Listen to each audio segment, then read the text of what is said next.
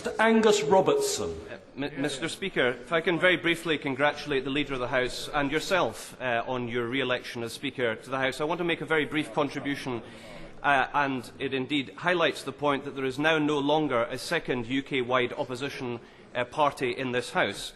And that underlines the point that it is the parties of Northern Ireland, Wales and Scotland which will be taking much of the work of scrutiny, together with the now Labour opposition in this House. And I'm grateful for their helpful support in this endeavour.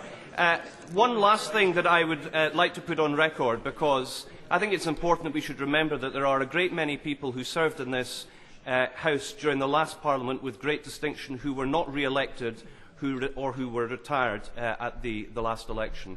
And I'd like to put on record, I think on behalf of all parties and from all corners on this House, our appreciation to all of the work performed by those MPs in the last Parliament as well. We wish you every success, and we're pleased that again you have reiterated the importance of hearing the voices of all parts of the House from all of the nations of the UK.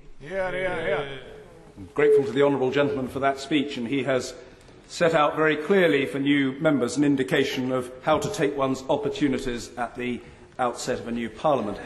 I don't know if any other colleague wishes to contribute, but if none does so, Mr. David Blunkett. On behalf of backbenchers, Mr. Speaker, I would like to congratulate you. I'd like to thank the Father of the House for reminding me that I was only 12 when he was elected to the House. It's made me feel a lot younger this afternoon. Mr. Speaker, we remember in the 10 months that you held the chair in the previous Parliament that you were, as you've described this afternoon, even-handed, that you were fair to all major parties, you were fair between members, and you were rigorous, so I shall be brief. I just want to say, Mr. Speaker, that one of the things that you advocated and was debated at length was the need for new politics, the need for this House to be able to hold the executive, the government, to account more effectively, the ability to call to the House, as you did on many occasions with my own government, through private notice questions, ministers who did not report to the House things that they were announcing in public before this House had had the chance to meet. And I hope, Mr. Speaker, that despite the fact that it would appear that major constitutional announcements which relate to this House, to the voting system and to the upper chamber, major announcements on expenditure cuts, and of course already major announcements on changes to how this House might rid itself of a government that no longer had the confidence of the House, all three of those major announcements appear to have been made prior to Parliament convening next week.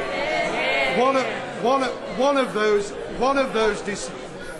those announcements only 48 hours before it would be possible for the Chancellor of the Exchequer and Chief Secretary to report directly to this House. Mr. Speaker, we look forward to you defending our interests as backbenchers from whichever party, but we look forward most of all to you being able to reassert the ideas that were promoted before the last general election, that we should not be engaged in fixes, we should not have the old caballing, that we should have open, honest, forthright debate, and that parliamentarians should genuinely be able to hold this new coalition to account. I'm grateful to the right honourable gentleman member for Sheffield Brightside, who has reminded me of my commitment to scrutiny and accountability, and I happily underline that commitment this afternoon. In closing my remarks, I would just like to reiterate what has already been said by others, namely, new members deserve a huge welcome and every possible encouragement and exhortation to go about their business in the way that they think fit on behalf of their constituents. Whip to move? I beg to move that this House do now adjourn until tomorrow afternoon at 3 p.m. Thank you. The question is that this House do now adjourn until tomorrow at 10 minutes past 3 o'clock. As many as are of that opinion say aye. Aye. contrary, no. I think the ayes have it. The ayes have it. Order. Order.